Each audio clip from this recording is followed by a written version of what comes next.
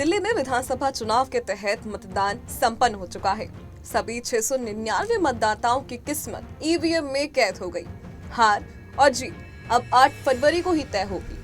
इस बीच तमाम सर्वे एजेंसियों के एग्जिट पोल के नतीजे सामने आ चुके हैं, जिसमें बीजेपी 26 साल की जीत का सूखा खत्म कर सत्ता में वापसी करती हुई दिख रही है। एग्जिट पोल के आंकड़े से बीजेपी के खेमे में खुशी की लहर है, तो दूसरी तरफ आम आदमी पार्टी के सर्वे के नतीजे बड़े झटके से कम नहीं, क्योंकि चौथे चुनाव में उसका वर्चस्व खत्म होता दिख रहा है। बता दें, दिल्ली में एग्जिट पोल के नतीजे आ गए हैं। ज्यादातर एग्जिट पोल में बीजेपी की सरकार बनती हुई दिख रही है। आम आदमी पार्टी हैट्रिक जीत से चूकती हुई नजर आ रही है। वहीं अब फाइनल नतीजों का इंतजार किया जा रहा है, पर दिल्ली के वोटिंग पैटर्न से लगता है कि पिक्चर अभी बाकी है। अब भी दिल्ली की सियासी तस्वीर साफ नहीं हो पाई है। दिल्ली में इस बार वोटिंग की रफ्तार बहुत धीमी रही, या यूं कहें कि जब से दिल्ली में आम आदमी पार्टी चुनाव लड़ रही है, तब से सबसे कम वोट पड़े हैं। इस बार दिल्ली में 60.40% वोटिंग हुई। इसका मतलब है कि पिछले विधानसभा चुनाव यानी कि 2020 से करीब 2.15% कम।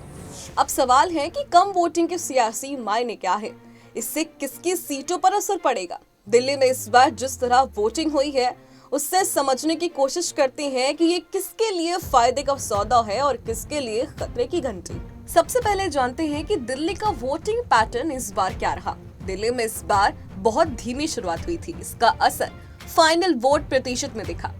तो वहीं चुनाव आयोग ने देर रात आंकड़ा जारी किया। उसके मुताबिक दिल्ली में इस बार 60.40% वोट पड़े हैं, जबकि इससे पहले 2020 के विधानसभा चुनाव में यह आंकड़ा 62.55% था। इसका मतलब इस बार 2.15% कम वोट पड़े। वहीं अगर 2013 और 2015 विधानसभा चुनाव के वोटिंग आंकड़े को देखें, तो इस बार सबसे कम वोटिंग हुई है। इसका मतलब कि 2013 के बाद से सबसे कम वोटिंग हुई है इस साल।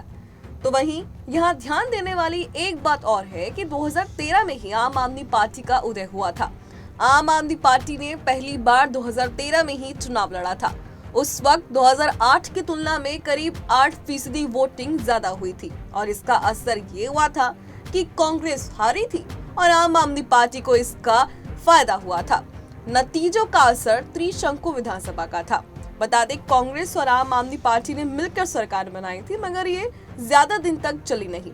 अब यहाँ समझने की कोशिश करेंगे कि कम वोटिंग आम आदमी पार्टी के लिए क्या मायने रखती है। बता दें, साल 2013 में 65.63% वोटिंग हुई, जो ये पिछले चुनाव से 8% ज्यादा था, और इसका नतीजा यही हुआ कि कांग्रेस हारी और आम आदमी पार्टी का उदय हुआ। तो वहीं साल 2015 में 67.13% वोटिंग हुई, पिछले चुनाव से करीब 1.5% ज्यादा, और नतीजा ये हुआ कि आम आदमी पार्टी की बम्पर जीत हुई थी। तो वहीं बात करें साल 2020 की, तो साल 2020 में 62.55% वोटिंग हुई, और पिछले चुनाव से 4.56% वोट घटा। नतीजा ये रहा कि आम आदमी पार्टी जीत तो गई, मगर 5 सीटों की गिरावट के साथ। अब बात करते हैं 2025 की, यानी कि वर्तमान समय की, तो यहाँ 60.40% मतदान हुआ, जो पिछले चुनाव से करीब 2.15% कम था, और नतीजे 8 फरवरी को आएंगे, मगर एग्जिट पोल में बीजेपी की सरकार बनती हुई नजर आ रही है। बता दें, आंकड़ों से कहीं ना कहीं ये साफ है कि दिल्ली के चुनावों में जब जब कम वोटिंग हुई है, आम आदमी पार्टी को घाटा हुआ है।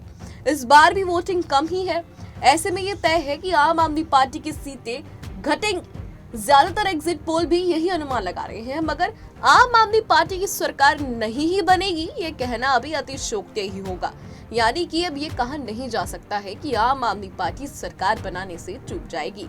इसकी सबसे बड़ी वजह ये है कि देर शाम तक वोटिंग हुई और एग्जिट पोल के नतीजे 6:30 के बाद जारी हो गए। इसका मतलब कि सैंपल फाइनल वोटिंग आंकड़ा से नहीं लिया गया। ऐसे में देखने वाली बात होगी कि एग्जिट पोल के नतीजे क्या 8 फरवरी को सही साबित होंगे।